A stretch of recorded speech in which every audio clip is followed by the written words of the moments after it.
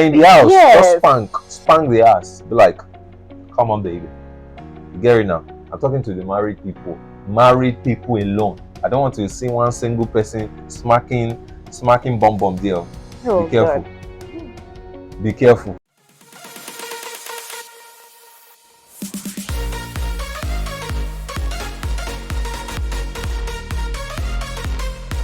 Hello everyone. Trust you all are doing great. Yes. Today we're bringing you a hot topic, and that topic is the little things that matter in marriage and relationships. A lot of people think that they need to do big things to make their spouses happy. However, there are little things that will make that spouse happy, not necessarily those big things, and buying exotic cars and things like that. And do you know something about those big things? Because you're not paying attention to those small things. You keep doing those big things, thinking that it's those big things that will make this person happy. And then the person is not happy, and you're like, I'm doing these big things for you. And then the person is like,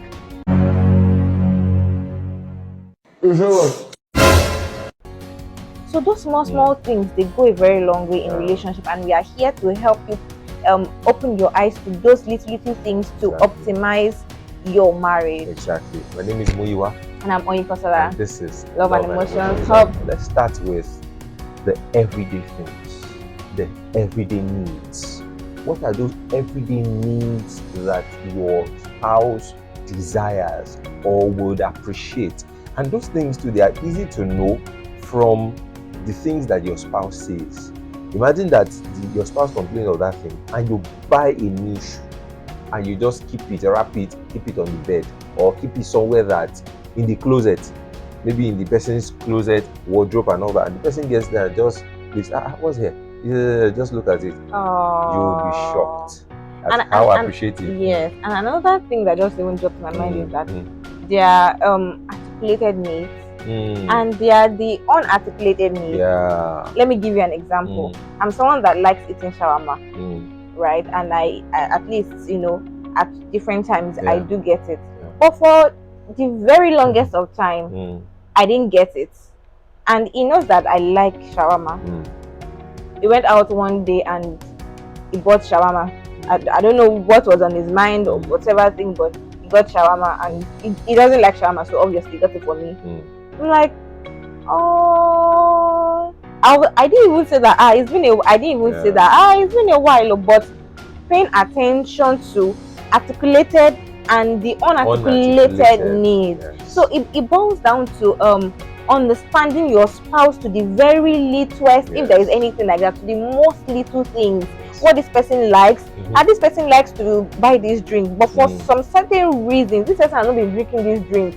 What's happening? Let me shock this person, get this thing for the person. It makes a whole lot, changes a whole lot. And the articulated ones, it means that you are listening. That active, yes, you are thoughtful, you are active in listening. It's not as if you are just there as figurehead, this person is, pouring out his or her heart to you, and you're just like, I buy another one now. I know I can buy another one. Not like I cannot buy another one. I have the money to buy another one. But there are different things that I just want you to step in. Exactly, and yes. Buy it now. It shock me. Just shock me. Shock me. Do you understand? So I necessarily do not need to tell you per se that I need this thing.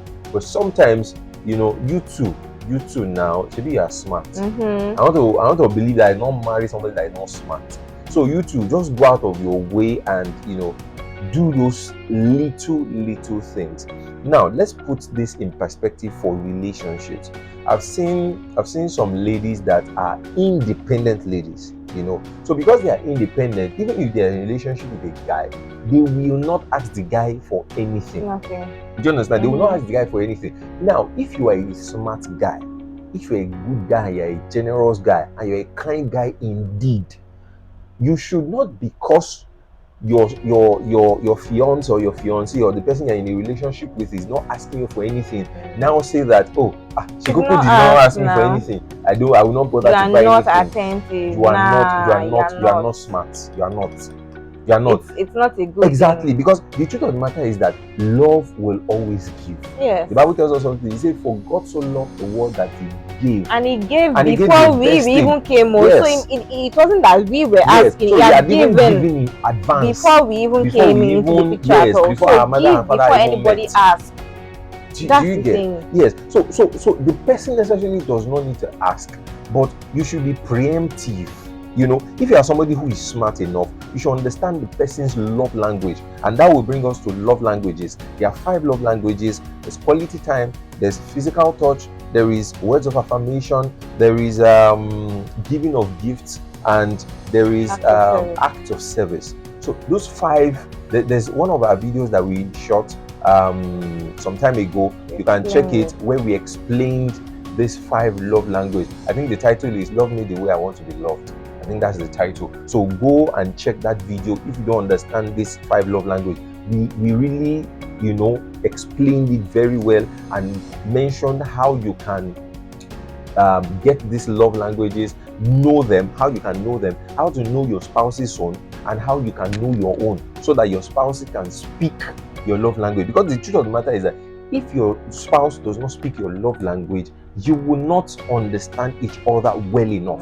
And if you don't speak your spouse's love language, your spouse too will not understand you well enough. But if you speak, imagine I speak in English, you speak in French. At the end of the day, we may not understand each other. But if I speak English and she understands English, you know, it's going to make more sense. We communicate better. Do you understand? So for somebody who, the example we gave before was something like gift. Now, there are times that there are some spouses that like physical touch. You know, for such spouses, at intervals, when it is needed though, when it is not needed though, if the person is a physical touch person, you know, just give that physical touch and just sow that seed and just walk up past. And then the person is still savoring that moment. You understand? Before you launch out another one. The same thing with quality time. The same thing with acts of service. There are some people that if you have not done something for them, they don't take it that you're in love with them. Let me just say an example of acts of service. Say for example, I'd gone to work and probably I had an hectic day, and probably I had planned that when I come back from work today, I was going to do the dishes or do the laundry, for example. But God, I'm on phone already. While I talk, I've been saying, my God, work day so hectic. I just want to get him and come and sleep.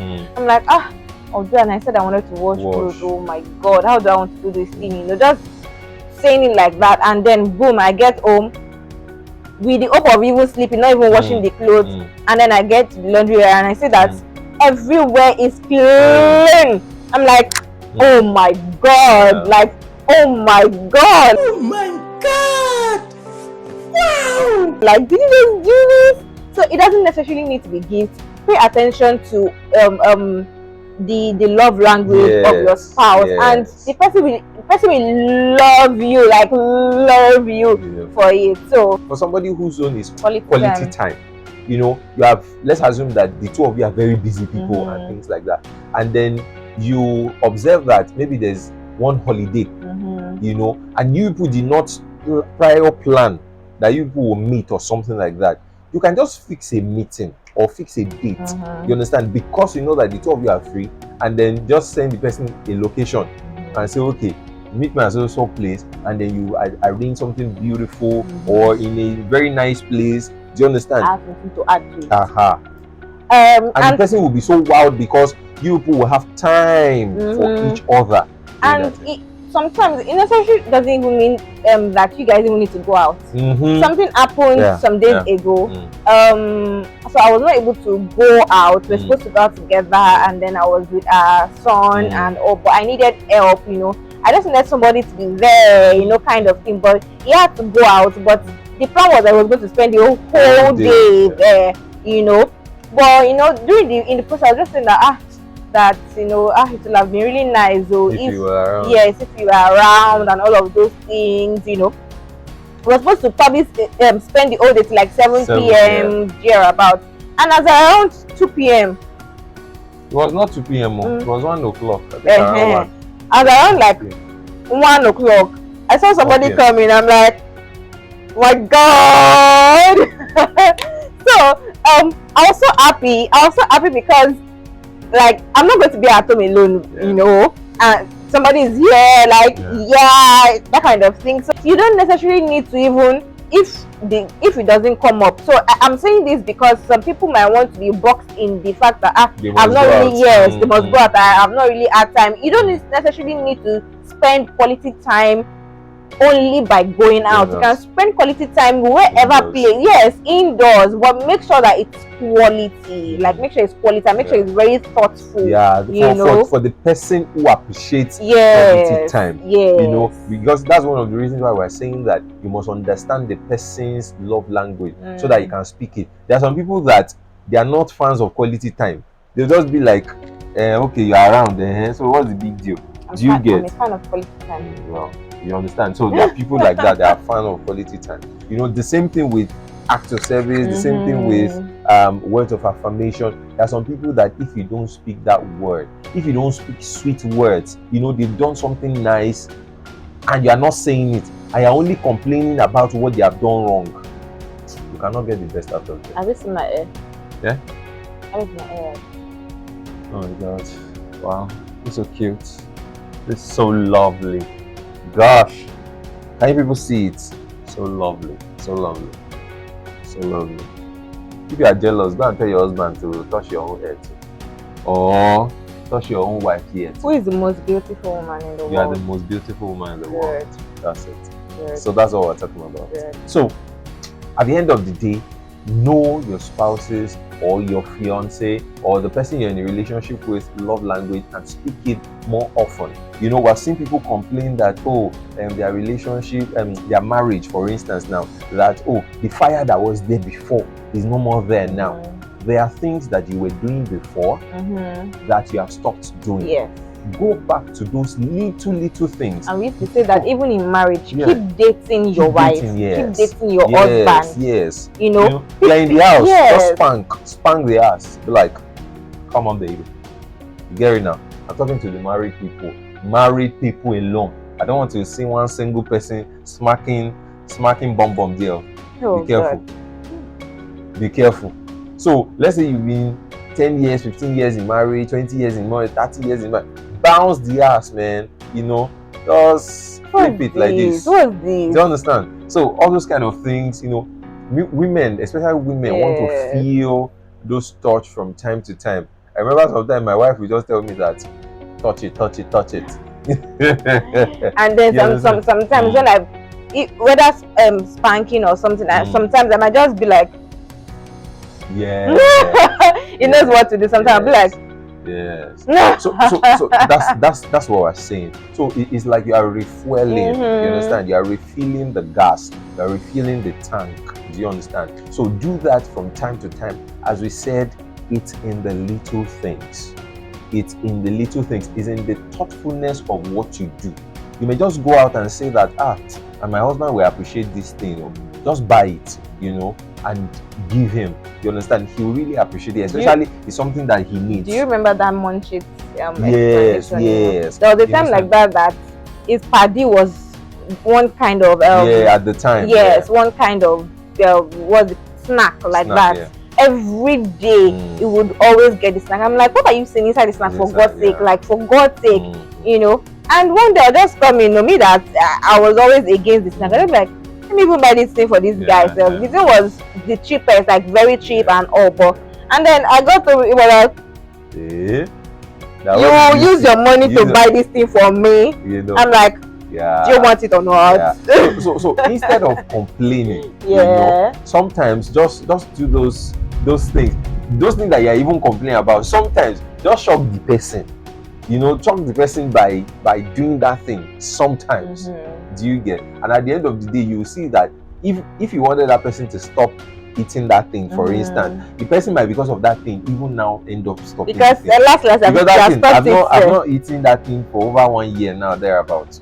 So that's really it. Sometimes it's just seasonal. Sometimes you just feel like munching on some things seasonally. It might just be that maybe you just tasted that thing and you just liked it, and after a while you just leave it again, you know. So generally speaking, And to think that some of these small things are the things that causes friction and in fact cracks in marriages that now escalates to other big things. You'd be surprised. You'd be shocked. How much it can solve issues. You know, you see women say things like, you won't believe my husband has not touched me in the last 6 months. Some will even say in the last 2 years, my husband has not touched me. Something like touch like this, touch like this, touch like this. The way you're touching me is not the way you're touching my hand is not romantic. It's not that kind of aggressive. You want touch, to break my bones. It's just the passion that was there. Sorry, it's not that kind of aggressive touch. But I mean, like touch like, you know, those kind of touch. Like just, you know, this kind of touch, you know. Oh, it's getting to her. So you get what I'm saying. So at the end of the day, please, I want to note something that please don't always think that it's the only ladies that need to receive this. Yes. Let me give example of my brother. Maybe because we look alike or something, is a touch fan. Sometimes when my brother wants to sleep, my brother will tell his wife that touch my hair, just massage, and I could relate to it 100% because when we were growing up, if my brother wants to sleep, my brother would tell me that I should do as if I'm weaving his hair for him, and I'll just be weaving his hair, and then he has slept off already. So he just wants, you know, someone to be touching his hair or his head or doing something. So men too, don't think that men are macho. They might be going to the gym 24/7. If you see my brother's biceps, right, you'll be like, oh my god, but I'm building. But he still wants to be touched. So it goes either way. So and that is really why you need to understand the person's love language. So for him, for instance, now his love language, one of the love language, major love language is physical touch. For somebody, if you touch them from today to tomorrow, it did not do anything. Like you. It did not do anything. It's a lie. It's a lie. When I touch this, once I touch this, it's always vibrating, and it doesn't do anything. Why are you lying? So you know, that's why I said it varies with individuals. It varies with you. And another thing we observe is that love language, your major love language can change. That's another thing. It can change. You know, we have a percentage of all this love language, all these 5. Everybody. Yes, everybody has a percentage of everything. So sometimes your major one right now might be act of service. At another phase in your life, your major one might become words of affirmation.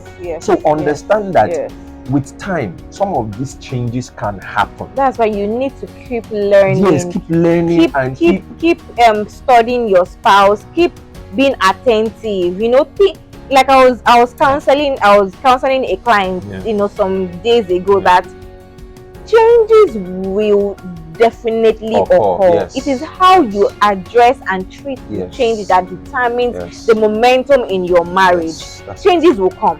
And you know, imagine you are getting married to me as an entry officer level at my place of work, and in the space of 5 years I get promoted to the managerial level. I have more responsibilities on me. I have more subordinates. I need to step into the leadership role. So I need to add a little bit of choleric traits which to myself. You probably did not have initially. Exactly. You know, now with that, now I probably might get more tired when I get home. That instead of maybe words of affirmation, I would need more quality time or physical touch, like massaging my feet, massaging my neck, all of those things. So things happen over time. Changes will occur. So just be attentive every minute, every second, and keep being dedicated.